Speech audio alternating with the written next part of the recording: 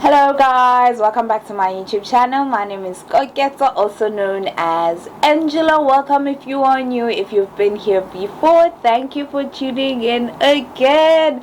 Happy New Year, happy 2023 you guys. If you are one person who writes down their resolution, I hope you've got that on lock. And if that's not your type of thing and you're just transitioning into the new year, I hope the transition is going really good. And I mean, it's only been 8 days, and if you haven't gotten into it like me, I hope you cut yourself some slack. So anyway, we're not in the car today, so what that basically means is that we are not going anywhere. So this is a sit down type of thing. I'm talking to you guys about my experience in Japan.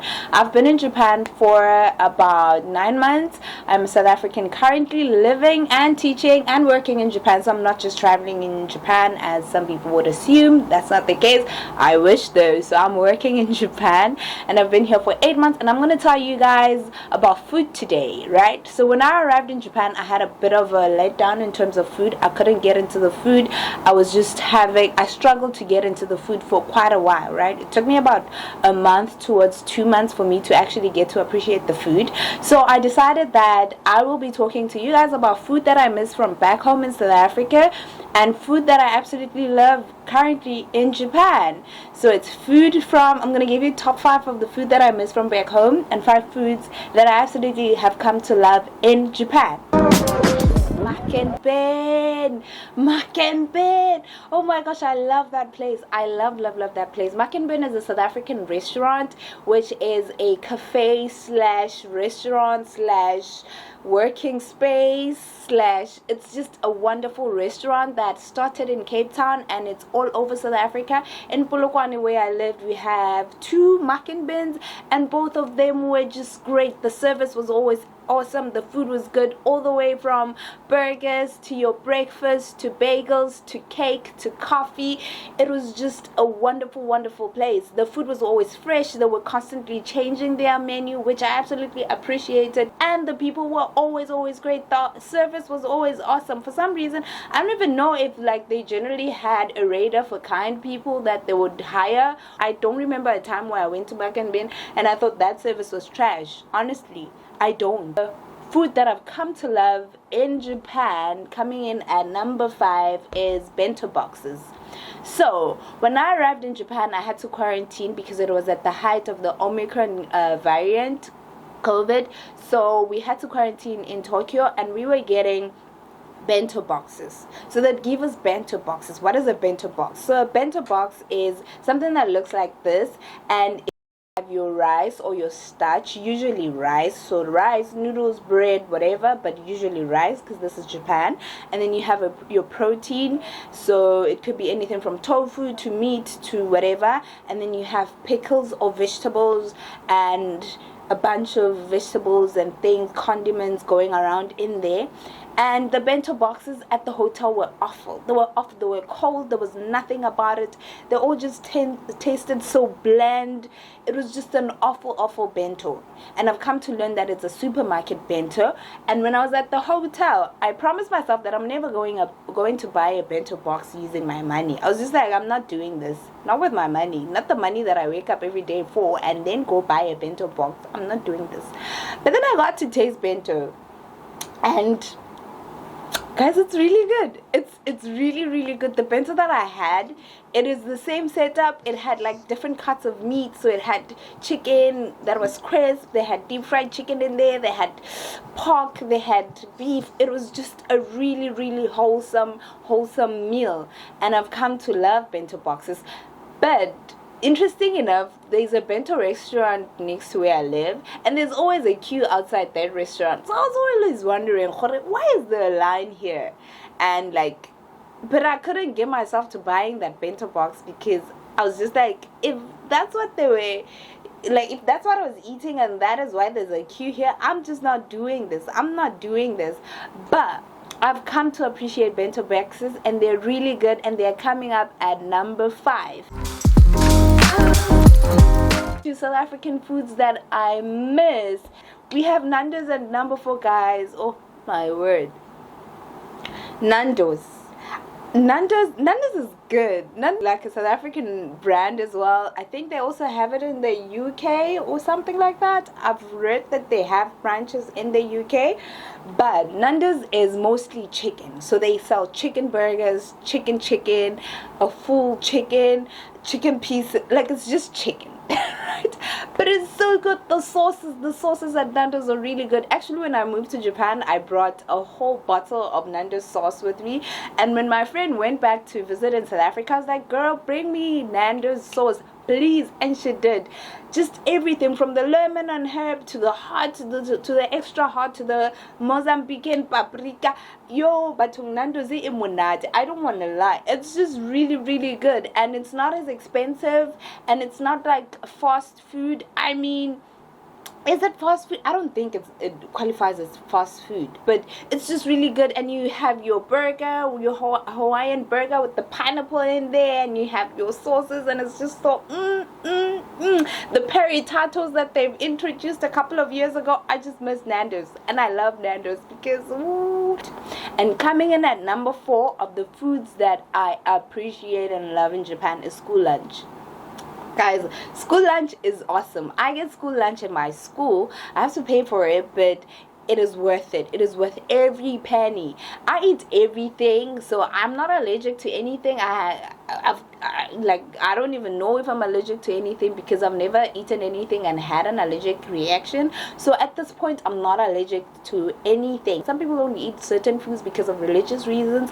So I don't get to be yawash. Bring it up. We eating this? Okay, let's eat it up. That's me. So I appreciate school lunch in that regard because I get to eat everything, and I get to eat regular Japanese food, like things that people would eat at home. So it's not just food that is worth restaurants. So it's a regular food. So with our school lunch, you'd usually get a starch. So same setup with a bento box. So a starch, usually rice, and you have your soup. So a soup is usually watery. So over the summer, it's usually watery soup with vegetables in there, with different things going on in there, meat cuts. And in the winter, now we have thicker soup, so your vegetables are much bigger and it's even thicker. It's not like as watery as in the summer. And then you get your pickles or your vegetables or your protein on the side. But interesting enough, the meat in Japan is very, very expensive. So your meat carts are very small. So they're not going to give you a chunk of steak. They're going to give you pieces of steak. You can get like a meal and get like 3 pieces of steak, and it's just like, okay, I don't know, this is a thing. So it's not like us where you go to a chicken and you get a whole bunch of chicken. You won't understand. But school lunch is just really, really good. I enjoy school lunch. I look forward to school lunch every day, even though 80% of the time I don't know what I'm eating and I don't know how to read kanji. So it always comes up as a surprise. I'm like, okay, this is what we have. And I smell something really good when they bring in the trolleys, and I'm just like, okay, I guess school lunch today is gonna hit. I look forward to having school lunch at school, and that's what comes in at number 4. The foods that I miss from South Africa, we have Simba chips. Oh my gosh, I miss chips. Not just Simba chips, mostly Simba chips, the blue Doritos, and Lay's. Because the chips in Japan, they're not as flavorant as in South Africa. The flavors in Japan are very subtle. But in South Africa, we're going to pour that flavor. We're going to put it in barbecue. I miss barbecue chips. I miss Mrs. Paul's chutney chips. I miss cheese, cheddar cheese chips, Simba chips. I miss slightly salted Lay's chips. I miss salt and vinegar. They don't even have salt and vinegar out here, man. I miss knickknacks as well. The flavors in our chips is just so vibrant. It's just in there.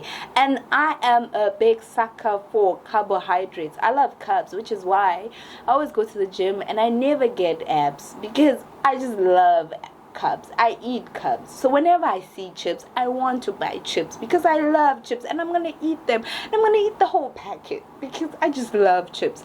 So the chips in Japan are pretty much underwhelming. There is, however, one flavoring that I like, which is called consume chips. Consume chips is actually chicken stock, so it's also very subtle. It's not as great, but those are the ones that I can actually appreciate. But foods that I miss from South Africa, chips. I miss chips. I do miss chips. And coming in at foods that I appreciate in Japan, we have at number 3, we have matcha, which is a byproduct of green tea. Ooh. I know it don't sound like it, but matcha infused snacks and foods and drinks. Ooh. Whenever I see a food that is green, I'm just like, ooh, I want that one. Because matcha infused foods are really good.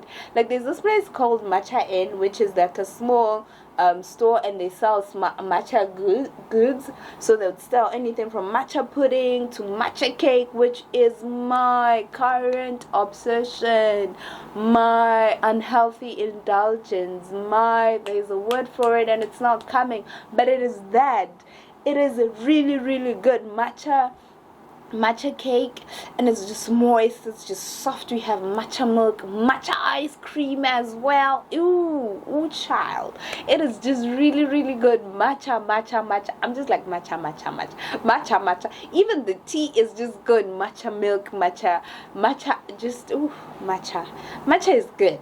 It's a guilty pleasure. Yes, that's what I was looking for. Matcha is a guilty pleasure for me, because the matcha infused snacks they just hit, man. You can't get it wrong. It's just in there, and it's just like, ooh, this is a hit. So if you ever find yourself in Japan, and you ever find yourself with a conundrum between choosing flavorants, please choose matcha. You will not go wrong. I promise you won't. If you do, come fight me. The foods that I miss from South Africa, we have this specific meal. My younger sister will probably know this meal. This specific meal from a place called Gijima. It has another name. It's in Midrand. Gijima. Ooh. That meal. My sister lives in Midrand, so whenever I visit her in Midrand, I get that. My first meal in Midrand when I arrive, it's a meal from Gijima. Ooh, child, that meal, it's pap, and then it's like a traditional South African food place. So it's pap with salads, 2 or 3 salads, and protein. Ooh. My favorite meal is pap, of course, with cabbage, spinach, limatambo, chicken intestines, what do they call them, kaspedi? Malana, malana, amunati.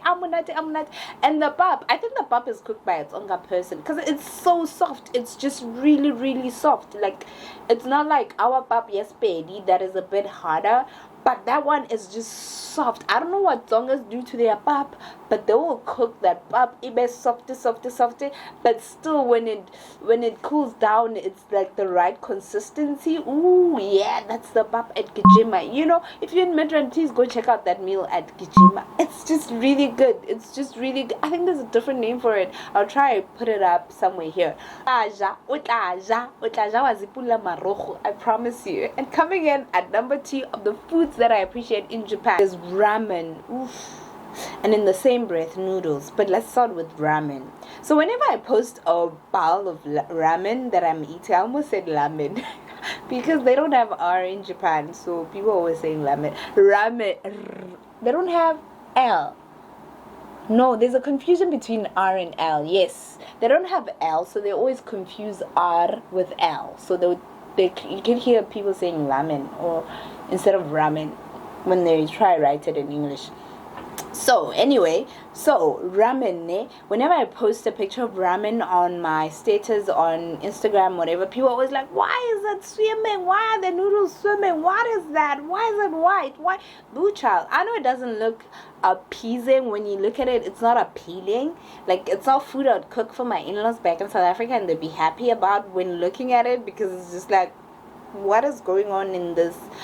But when you eat it, ooh, it's just comfort food, man. It just goes straight to the heart. It just bypasses everything and just straight into your heart. I promise you, it's so good. So it's noodles with a broth, like a, it could be thick, it could be brown, it could be white, it could be different flavorings of broth. And then there's usually an egg in there, there's seaweed in there, there's some protein in there, there's some vegetables in there sometimes, and you can add all these different things that you want on top, pickles, onions, whatever you want. Of course, and the noodles, oof. It is just a wholesome meal. Like that whole bowl just gets you so full, and you just like, oh my word, I just want to go home and sleep, because it is just so filling. It is comfort food. It is beautiful. Although I don't like hot food, and Japanese people do eat their food very hot, and they do that thing, which is not rude for them. It is actually a compliment to the chef, and for me, it's something I don't want to pick up. That is the one thing I don't want to pick up, because if I pick up that and I go home and I'm eating and I'm like, you wasn't better, it would annoy people. So that is the one habit I don't want to pick up. So they eat it hot, and I don't like hot food, so I have to wait. When I'm eating ramen, I have to wait so it cools down, so I can enjoy like the actual flavor of the food. In the same breath, we have noodles. So like Maggi 2-minute noodles in South Africa, but these ones are like really good. These are like they are better options, they are better flavorings, there are better sauces, different types of noodles as well. You have abura soba, you have noodle njani. They are really, really good. Like noodles are so common, like it's a Japanese cultural thing. It comes from Japan, I believe, and they're so common in Japan that if you go to a Kitamachi, which is a club district, so this is the part of town where clubs are at, strip clubs, all these different bars. This is the part of town when it comes alive at night after 10 p.m. This is a Kitamachi. So if you go to a Kitamachi at like 12 or in the AMs, you go there, you will find people in between clubs at a convenience store eating noodles. That's how common noodles are. They're just very convenient. Like you go into a convenience store, you buy a tub of noodles, and then you put them in the microwave fast 2 minutes, and then you just enjoying yourself. Like it's really, really good. The noodles are just really, really proper. And coming in at number 1, drum rolls, of course you have to guess it. Food that I miss from South Africa. You have to get this one right. There's absolutely no way this cannot come in at number 1 or 2, but number 1, pap. I miss pap. Ooh, Tiko. I miss bogobe, batumba modimo, bogobe. Ooh, pap is the staple of South Africa. So in Japan you have rice. In South Africa we have pap, which is made out of corn. And pap, the north of South Africa way, not Putsu, please. Pap. Ooh, mudimo hot. So I miss pap. So like we can have pap in different ways. You can have it with milk, you can have it with pap, you can have it with vegetables, you can have it with all different sorts of things, and I absolutely love pap. My mom loves pap, so I miss my mom's pap. My mom will cook pap. One thing about my mom, she will cook pap. Don't even try with your burgers. Just pap. Pap kanam. That's her. That like hides wife. I can't tell it, but pap, not her. She will cook pap, and I miss that woman's pap because child, pap is just really, really good. And 2 kg pap more Japan. You can only buy it on Amazon, and it takes 2 weeks. But the thing is, it's not the 2 weeks that's the problem. It's the price tag. 600 rand. 600 rand for 2 kg pap, and it's coming from England. It could say 2 weeks. Next thing, you have to cook it with a tough, like the non-stick pot. It's not gonna work. For pap you need a hot pot, the brand hot. You understand? So it burns a bit, because you have to cook it for like at least 30 minutes, and when you do that, it kind of burns, and then it's like that your child, I don't even want to explain the signs, but it's not gonna work. 600 rand, first of all, 2 kg, and then it's not even gonna cook proper. It's like, is it even worth it? So the first person that comes to visit me in Japan, if they ever will be, please, just 2 kg of pap, just 2 kg of pap, I'll be okay. If you can like cook the pap and put it in a scafftin also, it will be fine. It will be fine, please. I just need pap. And coming in at number 1 of foods that I miss in Japan, we have a tie between sushi and yakiniku. So we all know what sushi is, right? So it's common in South Africa and other parts of the world. They've made it palatable to the locals of whatever region that they're introducing sushi to. And in South Africa, you have sushi on fire, you have sushi with mayo, you have, California rolls, which are not a thing in Japan, but you do have that. And in Japan, sushi is very common. So you can have it from like cheap sushi, which is like 10 rand a piece, all the way through to sushi that is extremely expensive, fine dining experience, that type of a thing. But the sushi is just, it's fresher, man. Even they have this one that I had the other day, which was like a prawn sushi, but the prawn was very in a little sweetness when that comes in at the end, and you're just like, what am I eating? This is this sushi with sugar? But it's not. It's coming in from the prawn, and it's just fresh, man. It's like sea to table, sea to table, straight up, and it's just a whole different experience. I love the sushi here. With tying in with sushi, we have yakiniku, which is like, you go to a place and you cook up your meat, and you have different cuts of meat, and yakiniku is really good. Like, usually at my favorite place to go to is Yakiniku King. So at Yakiniku King you get an hour and 30 minutes, and then you eat yakiniku for an hour and 30 minutes, as much meat as you want, as much drinks as you want, as much vegetables as you want, and you just prepare your own meat. So what is commonly known as Korean barbecue, but Japanese style. Yes, that way you cook up your own meat, and it's just, the meat cuts are just so good. Even there are different sauces, one of which you can dip in raw egg, and it's just, doesn't sound nice, but it's just really, really good. And I absolutely love yakiniku, and it ties in with sushi. Anyway, thank you guys for listening, for engaging. I hope you guys enjoyed my vlog, and I hope you've learned a thing or two about Japanese cuisine, or even South African cuisine if you're not South African. Thank you, and I hope you guys have a fabulous new year, and see you on my next vlog. Take care, goodbye. Please do like, share, subscribe, comment, the whole shebang.